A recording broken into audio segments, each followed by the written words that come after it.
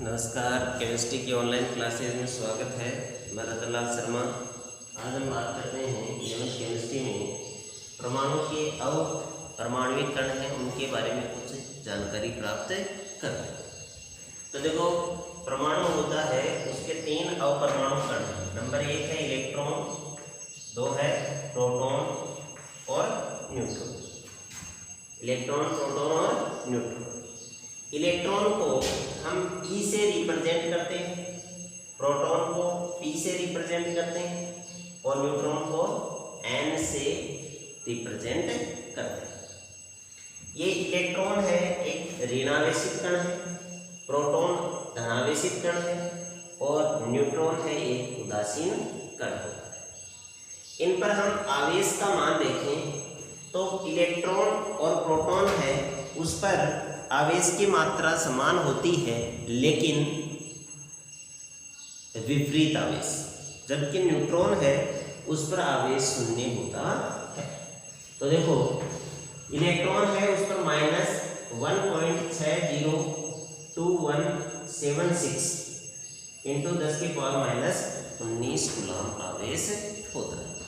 इसी तरह है प्रोटॉन पर +1.602176 इंटू 10⁻19 कूलम आवेश होता है और न्यूट्रॉन है, उस पर 0 आवेश होता है। सापेक्ष आवेश देखें तो इस पर -1, इस पर +1 और इस पर 0। इनके तीनों के द्रव्यमान की बात करें तो इलेक्ट्रॉन का द्रव्यमान होता है 9.109382 गुणा 10⁻31 किलोग्राम। प्रोटॉन का आवेश होता है 1.672621 इंटू 10⁻27 किलोग्राम और न्यूट्रॉन का आवेश होता है, न्यूट्रॉन का द्रव्यमान होता है 1.674927 इंटू 10⁻27 किलोग्राम। यानी कि प्रोटॉन और न्यूट्रॉन है, इसका द्रव्यमान लगभग समान होता है। अब हम आगे बात करते हैं परमाणु मॉडल की, यानी कि परमाणु की संरचना बताने के लिए विभिन्न प्रकार के विभिन्न मॉडल दिए गए हैं अलग अलग वैज्ञानिकों के द्वारा। तो उसमें हम सबसे पहले देखते हैं Thompson model. Thompson model J Thomson नामक वैज्ञानिक है, उन्होंने 1898 जे थॉमसन ने 1898 में इस मॉडल का प्रतिपादन किया। इन्होंने इस मॉडल में क्या बताया कि परमाणु होता है वो 10⁻−10 मीटर 10⁻−10 मीटर का धनावेशित गोला होता है।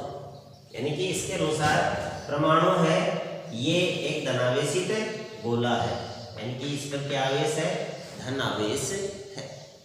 और ऋणावेश है, इसमें इस प्रकार बिखरा रहता है कि जिस प्रकार पलम पुडिंग मिठाई है उसमें सूखे मेवे रहते हैं, या हम भारतीय परिदृश्य में देखें तो जैसे लड्डू है उसमें अलग कलर की बूंदी रहती है, उस तरह है इलेक्ट्रॉन वितरित रहते हैं।